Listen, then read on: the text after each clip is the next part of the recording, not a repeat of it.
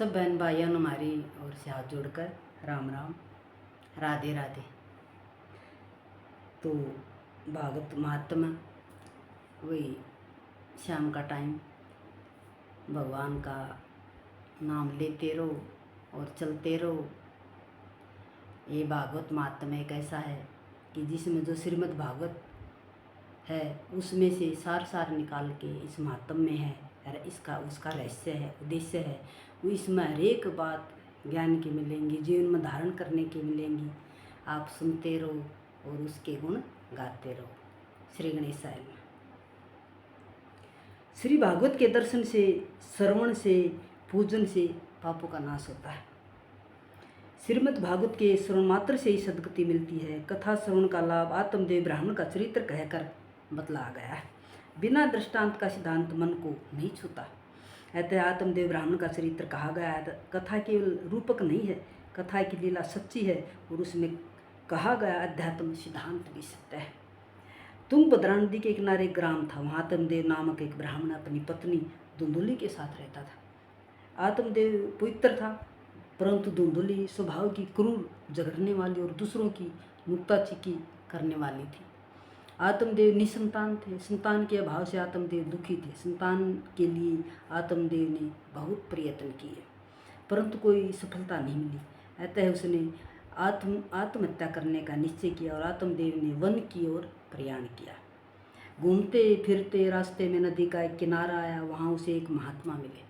आत्मदेव उस महात्मा के पास गया और रोने लगा। महात्मा ने उससे उसके दुख का कारण पूछा। आत्मदेव ने कहा कि मेरे पास खाने पीने के लिए तो बहुत कुछ है, परंतु मेरे बाद खाने वाला कोई नहीं है। अतः मैं दुखी हूँ, इसलिए मरने की इच्छा से आत्महत्या करने के लिए यहाँ आया हूँ।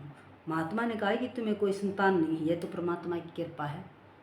पुत्र परिवार न हो तो समझ लो कि श्री ठाकुर जी ने तुम्हारे हाथों से ही सब कुछ कराने को तुम्हारे भाग्य में लिखा है और इसलिए तुम्हें कोई संतान नहीं दी है। पुत्र तो दुख रूप है। ईश्वर जैसी भी स्थिति में तुम्हें रखे, वैसी स्थिति में संतोष मानकर ईश्वर का स्मरण करना चाहिए। अतः ईश्वर जिस स्थिति में रखे उसी में आनंद मानना चाहिए। एक बार एकनाथ महाराज विठलनाथ जी के मंदिर में दर्शन करने आए। एकनाथ महाराज जी, एकनाथ जी को सुयोग्य पत्नी मिली थी, अच्छी पत्नी मिली थी, उसके अनुसार चलने वाली।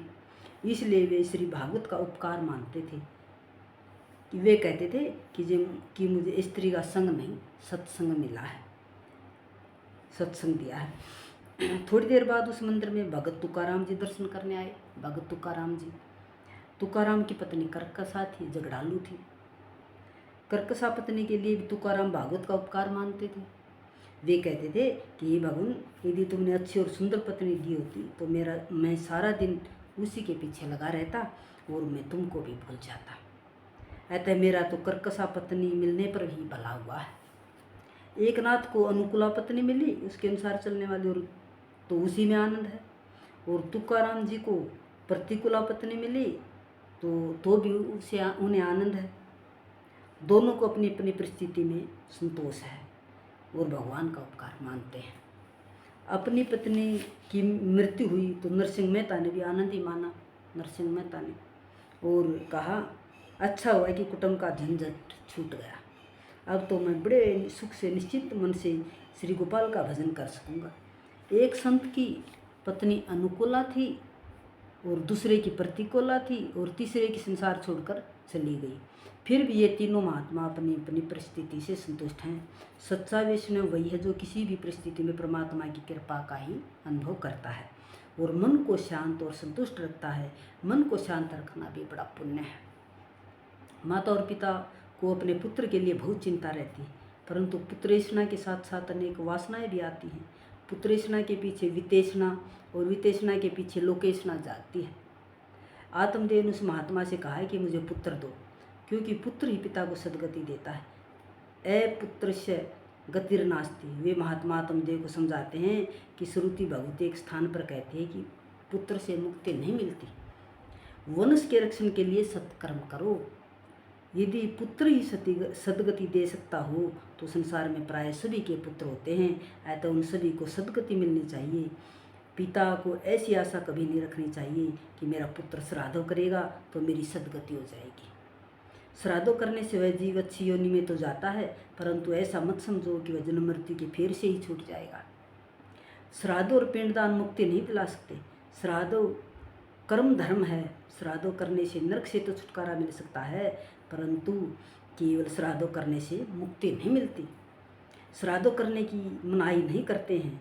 श्राद्धों करने से पितृगण प्रसन्न होते हैं और आशीर्वाद देते हैं। पिंडदान का सही अर्थ कोई समझता नहीं है। इस शरीर को पिंड कहते हैं। इसे परमात्मा को अर्पण करना ही पिंडदान है। यही निश्चय करना है कि मुझे अपना जीवन ईश्वर को अर्पण करना है, और इसी प्रकार जीवन जो ईश्वर को अर्पण करे उसी का जीवन सार्थक है और उसी का पिंडदान सच्चा है।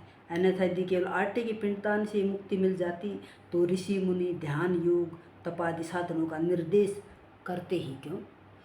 जीवन मृत्यु के त्रास से छुड़ाता है। केवल सत्कर्म, और वह सत्कर्म भी अपना ही किया हुआ सत्कर्म मृत्यु के डर से छुड़ाता है। स्वयं ही अपनी आत्मा का उद्धार करना है। जीव स्वयं ही अपना उद्धार कर सकता है। श्री गीता जी में स्पष्ट कहा है, उदारितात्मनात्मानं नात्मानं साधयेत। स्वयं अपने द्वारा ही अपनी आत्मा का संसार समुद्र से उद्धार करे और अपनी आत्मा को अधोगति में न ले जाए। जीव का उद्धार वह स्वयं न करेगा तो और कौन करेगा। मनुष्य का अपने से और कौन हितकारी हो सकता है। यदि वह स्वयं अपना शरीर न करेगा तो पुत्र आदि क्या करेंगे। ईश्वर के लिए जो जीता है उसे अवश्य मुक्ति मिलती है। श्रुति भगवती तो कहती हैं कि जब तक ईश्वर का अप्रोक्ष अनुभव न हो, ज्ञान न हो, तब तक मुक्ति मिलती नहीं है, मिलती ही नहीं है। मृत्यु के पहले जो भगवान का अनुभव करते हैं उन्हें ही मुक्ति मिलती है। परमात्मा के अप्रोक्ष साक्षात्कार बिना मुक्ति नहीं मिलती। तुम्हें विदित्वाति मृत्युमिति नान्य पंथा विदेत नाय है। उसे जानकर ही मनुष्य मृत्यु का उल्लंघन कर जाता है। परमपद की प्राप्ति के लिए इसके सिवा अन्य कोई मार्ग है ही नहीं। श्री भगवान को जाने बिना दूसरा कोई उपाय नहीं है। अन्यथा केवल श्राद्धों करने से कोई मुक्ति मिलती नहीं है। अपने पिंड का दान करोगे, अर्थात अपने शरीर को ही श्री परमात्मा को अर्पण करोगे तो तुम्हारा कल्याण होगा। अपना पिंडदान तुम स्वयं अपने हाथों से ही करो, अब वही उत्तम है। जो पिंड में है वही ब्रह्मांड में है। निश्चय करो कि शरीर रूपी पिंड को श्री परमात्मा को अर्पण करना है। तुम अपना पिंडदान स्वयं ही क्यों नहीं करते। घर में जो कुछ है वह सब काम में लगा दो और नारायण नारायण करो। आत्मदेव को महात्मा की बात न जची। उसने कहा कि पुत्र सुख से आप सन्यासी लोग परिचित हैं, अतः आप ऐसा कहते हैं। माता पिता की गोद को बालक चाहे जिस तरह गंदी करे फिर भी वे प्रसन्न होते हैं। असुख में सुख का अनुभव करना ही सन्यासियों का नियम है। महात्मा ने सुंदर उपदेश दिया। फिर भी आत्मदेव ने दुराग्रह करते हुए कहा कि मुझे पुत्र दो, वरना मैं प्राण त्याग दूंगा। महात्मा को दया आई। उन्होंने एक फल देकर कहा है कि इस फल को तुम अपनी पत्नी को खिलाना, तुम्हारे यहाँ योग्य पुत्र होगा। आत्मदेव फल लेकर अपने घर लौटा। पत्नी को फल दिया। धुंधुली फल खाने के बजाय अनेक तर्क वितर्क करने लगी। वह सोचती कि फल खाने से मैं गर्भवती होंगी और परिणाम तो दुखी होंगी, और बालक के लालन पालन करने में भी बड़ा दुख है। उसने अपनी छोटी बहन से यह बात कही तो उसने युक्ति बताई कि मुझे ही बालक होने वाला है और उसे मैं तुम्हें दे दूंगी। तुम गर्भवती होने का नाटक कर। धुंधुली को पुत्र फल की इच्छा तो है, किंतु बिना कोई दुख झेले, कोई दुख भी ना हो और पुत्र भी हो जाए। यह मनुष्य का स्वभाव है कि उसको सुख की तो इच्छा है, किंतु बिना किसी प्रयत्न के और बिना किसी कष्ट के। तो भक्तों, बाकी की कथा कल। आज विश्राम। बस इतने कथा आप सुन लिया करो, 8 मिनट 9 मिनट की, तो उसी में भगवान में थोड़ा बहुत ध्यान हो जाएगा। जय श्री राम। सब भक्तों की जय। सबको राम राम।